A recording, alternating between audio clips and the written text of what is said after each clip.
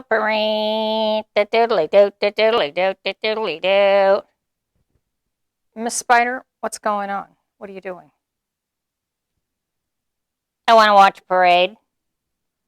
Well, I don't think there are any parades. 4th of July was last week, and, you know, there aren't any parades this week. Oh, darn. Well, I had to sing I Love a Parade. Okay, okay. Oh, okay. I'll ask them. Okay, you sit down here. I'll ask them. Miss Spider is wondering if you like a parade. I do. I love a parade like she does. Maybe not as much as she does, but I love a parade. I've been to many parades. I've been to the Harvest Home Parade. I marched in a parade at the Indianapolis 500 one year. That was fun. I didn't march, actually. I was in a car. I have been to Disney World in Florida for their nighttime amazing laser parade. And then the best parade of all, I think, was the Macy's Thanksgiving Day Parade in New York City. You know, the one with the big balloons? That was pretty exciting. But you know what? There's one bad thing about a parade, one problem really, and that problem is there's so many people that it's really hard to see. And don't you just love it when you get a really tall person right in front of you, right as you got a good spot and you can see, here comes the tall guy. Well, the story that I'm going to share with you today is about a man who had a problem. He couldn't see what he wanted to see. The story comes from the book of Luke, the 19th chapter, verses 1 through 10. The man in the story's name was Zacchaeus, and they say he was a wee little man. That just means he was shorter than, I guess, the average person. He was so excited, though, on one day because he had heard that Jesus was coming to his town. He had heard so many things about Jesus. He had heard that he healed a blind man who now he could see again, that he healed a man who couldn't walk, now he could walk again, and that he even raised someone back to life who'd been dead. That was exciting stuff, and he wanted to see the man who had done all these miracles. Well, so did everybody else in the town, so by the time he got there, man, it was crowded. And of course, being a small man, he couldn't see over or around the crowds. He wasn't a child, so nobody let him up front. Well, then he saw a tree, a sycamore tree. So he had an idea. He climbed up in that sycamore tree. Problem solved. He could see everything, left and right and up and down. He had a clear view. Pretty soon he could hear the crowd getting louder and more excited, and he knew what that meant. Here came Jesus of Nazareth to his town. It wasn't a parade because Jesus was never one to do that kind of thing, but people were excited, and it seemed like as he walked down the street, it almost had the atmosphere of a parade. Well, Zacchaeus watched and watched, and here came Jesus closer and closer until the most unexpected thing happened. You see, Zacchaeus thought nobody knew he was up in that tree. Suddenly, Jesus stopped right by that tree, and he looked up in the tree, and he said to Zacchaeus, Zacchaeus, come down from there. I'm coming to your house today. That was really unexpected for a couple of reasons. Number one, nobody ever came to Zacchaeus' house. Nobody. He had no friends. You see, Zacchaeus was a cheater. In his job was to collect tax money from people, but he always cheated them and collected more. And he got rich while others got poor.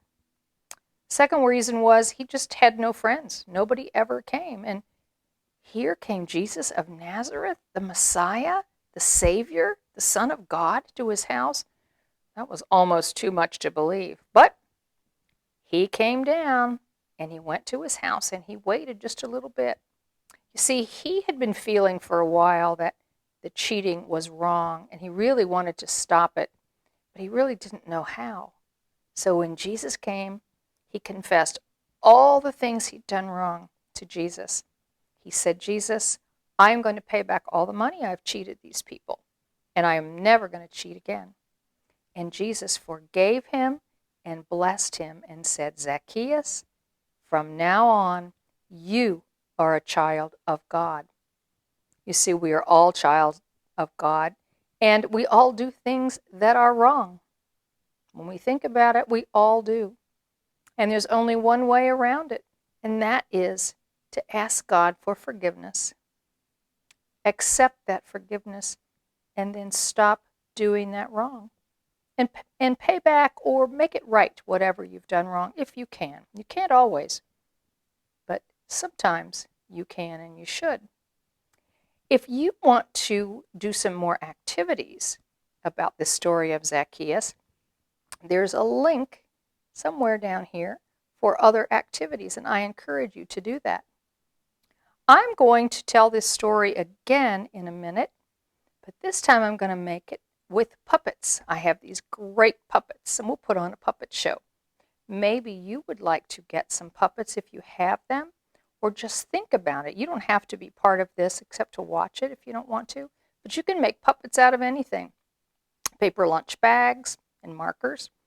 An old sock makes a great puppet. Get a light colored one and draw some eyes on it.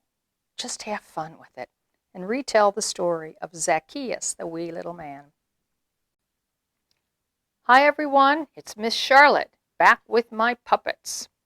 You can make puppets out of paper bags, out of socks, whatever your imagination leads you. Just have fun with it.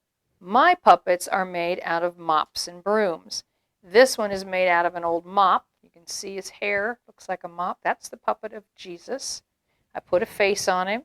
His arm is just a stick. I think you can buy these at the dollar store.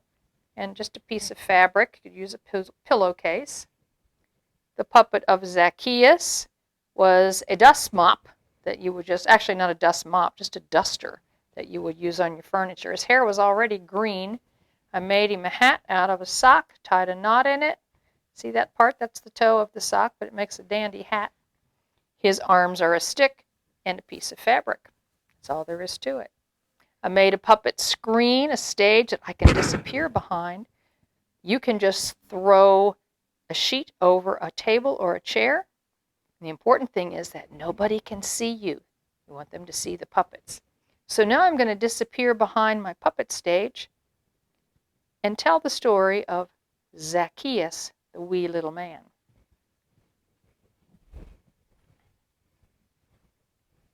Well, it was the big day. The day that Zacchaeus had been waiting for. He got to town early, but even when he got there, there was already a crowd. There was so much excitement. This Jesus of Nazareth that everybody heard about was coming to town, and everybody was excited. Well, Zacchaeus was not a very tall man, and when he got there, he couldn't see over the crowd or around the crowd. He couldn't find a place in front, but he did see a tree. And so he climbed up in that tree. Wait a minute, is that Flat John in that tree? Oh, well, he wasn't really in the story, but it's fun to have him there. Well, while he was there, he looked to the left. He looked to the right. He wanted to see Jesus. Suddenly, as he looked back to the right, he saw him coming. Here he came, walking down the street. People were cheering, Jesus, forgive us. Jesus, bless us. Jesus, save us. Jesus walked and walked. Now Zacchaeus was sure Jesus couldn't see him because he was way up high in the tree. But the strangest thing happened. When Jesus got to the tree, he stopped. And he looked up at Zacchaeus and he said, Zacchaeus, you come down, for I'm going to your house today. And then he walked on. That was a really unexpected thing because, you see, Zacchaeus had no friends. No one ever came to his house. You see, he was not a nice man. He had cheated people out of their money. He knew it was wrong, and he wanted to make it right. So he went back to his house. He wasn't sure whether Jesus would keep his word and really come. But sure enough, right about dinner time, here he came, right into Zacchaeus' house.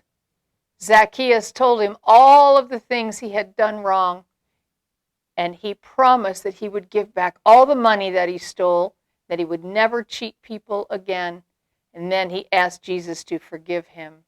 So Jesus forgave him and blessed him and told him that from this day on, he was a child of God. Well, that's our story today, done with puppets. Wasn't that a fun thing to do? I can't wait to see what you do. Do you have some old socks? Do you have some paper bags? Whatever you do, just have fun. Thanks for joining us.